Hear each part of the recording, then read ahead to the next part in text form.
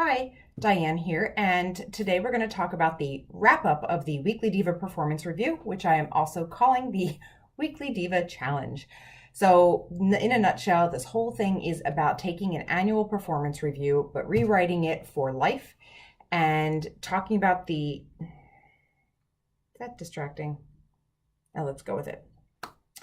Talking about the ways that the places where we can work on ourselves to have a better quality of life in the long term. The term Weekly Diva is because we are all going to be weekly divas. We are going to find a way to treat ourselves like a diva at least once a week because we have to learn to treat ourselves well before we can expect other people to treat us well. Okay? So instead of an actual wrap up, I don't need to summarize this thing because you're smart and it's 4 pages long and there's 3 categories in a summary page. So you can probably figure out how to do that. So what I thought I would do is I went ahead and filled mine out. I wrote a lot of notes. I have a lot of goals, and I thought I would share with you 4 of my personal goals for this year. And I'm doing it kind of to, be authentic and help inspire you a little bit to look at categories that maybe you want to look at for help. And I think not help, for improvement. But I think there is value in us being able to look at our own lives and say, hey, this is something that I want to work on. But I don't necessarily think we have to tell everybody that because I think that's a very personal thing. And if we're honest with ourselves, that's where the growth is going to come from. If we feel like we have to tell everybody, then we'll start to edit ourselves and then we might not be as honest. That's just my 2 cents.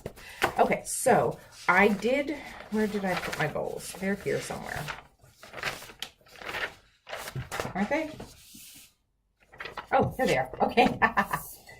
You will see all kinds of outtakes this time because I filmed originally by my window where I usually do. The sun was so ridiculously bright I ended up putting up on sunglasses to be silly. So I'm going to put a whole bunch of stuff at the end of this video. Enough time spent there. 4 goals that I have set for myself based on the categories in the performance review. The first one has to do with confidence and eliminating limiting beliefs. So this is something that I have struggled with.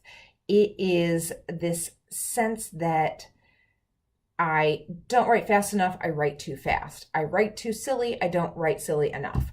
I should write longer books, I should write shorter books. Things like that. And I think what happens is when we allow those kinds of things to get into our head, we never really focus on what we do well, and how to do what we do well even better.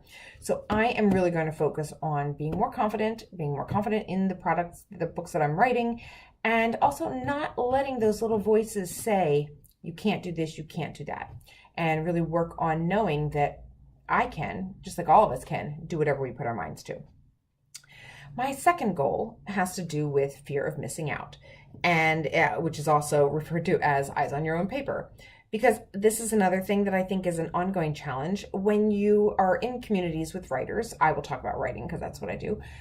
We all share our successes. We share, and we see them all the time, and we want to cheer for each other. We do cheer for each other because the mystery community is ridiculously supportive. It's wonderful. But there are always those little voices in your head that think, oh, well, if I do what she did, then I'll have that same success. And then you forget about what your own plan is because you want to quickly try somebody else's plan. And the thing is, we have to have our own plan. We all have to have our own journey, and we all have to be confident that what we're doing is going to get us where we want to get to, instead of copying others or being jealous or being envious or thinking that somebody else has it better than us. So this is a goal for me, is being so confident and focused on my own journey and my own goals that I don't ever have a second thought about what somebody else is doing. I can watch other people succeed and achieve their goals, and I can cheer for them and root for them and be 100% happy for them because I will 100% know that is their path. And when I achieve my own goals, I can be completely happy about that because I'll know that this is my path. Okay, goal number 3 is exercise. It has to do with health. So I do think I put a priority on personal growth. If you read my books, my characters all grow. I really want them to grow. They sometimes come face to face with their own need to grow and have their own cycle through this. I've never had a character do this exercise, but maybe I could. Anyway, So I do think that's important, but I don't think I put the same emphasis on my physical health as I do my mental health. So I'm going to try to change. I'm not going to try to change that this year. I'm going to change that this year. I am going to make exercise a regular part of my life. And I am going to also drink 7 to 8 glasses of water a day, which is a challenge because I've tried this already and I kind of don't understand how people do it because I'm like, "Oh, I just finished it. I got to start another one." But yeah, drinking water is good for you. So I am going to drink 7 to 8 glasses of water a day. And my fourth goal is has to do with time management. Now, I am pretty productive, but I'm not consistently productive. So I can write relatively fast. And what I tend to do is power through a project. I finish it. I get really happy that it's done. And I say, yay, I'm done. I can play. And then I just start frittering away time on eBay, searching for knee-high glitter boots or clothes from the 60s or those old bubble style record players, or all kinds of weird things. Today I was looking at yearbooks from 1962, so that's frittering, and I'm going to get better about that. I'm going to really kind of rein that in. I think you do need downtime, but sometimes frittering could be more productive if it involves picking up a book and reading. So I'm going to really curtail the frittering. And I'm also going to try something that I recently heard about, which is called batching your work. Meaning if there is something you do every single month, maybe you do it every week of the month, then take a day and do it for the month. Don't just wait and do it weekly, because kind of like it doesn't take as long. It doesn't take that much longer to do 4 posts in one day as it takes to try to chisel out time to quickly do a post every day for a week. I didn't explain that well. But anyway, the concept is batching your work, and it is to identify things that you do all the time and just taking a day and doing those projects in a day. And then you're freed up for the rest of the month and you don't have to worry about it. So I'm going to try batching my work a little bit more.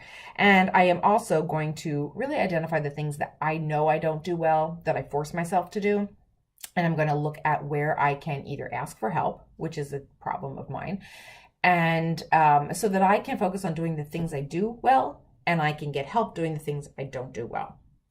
So those are my 4 big goals. Of course, my other goal is financial, and that's just has to do with promotion and income and things like that. So I'm not going to get into that as much. But those are the 4 components of the review where I'm going to really focus my energy. I will say when I went through the whole review, I ended up using every score except for outstanding. I used below expectation, I used needs improvement, I used achieves expectation, and I had a couple that I thought I did well and I did exceeds expectations.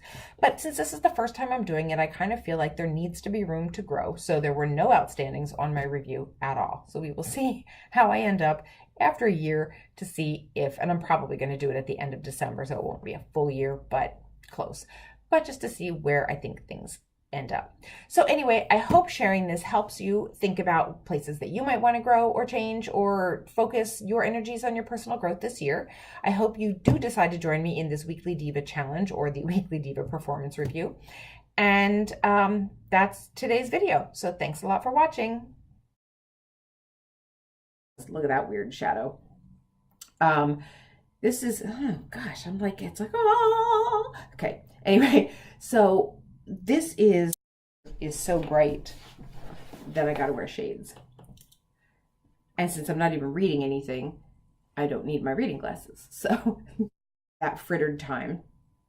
And if I'm just sitting around goofing off, like literally cruising eBay for, knee-high glitter boots, which P.S. I do really want, but they're sold out everywhere. So for now, that's not gonna happen. And I'm going to do this again without the sunglasses.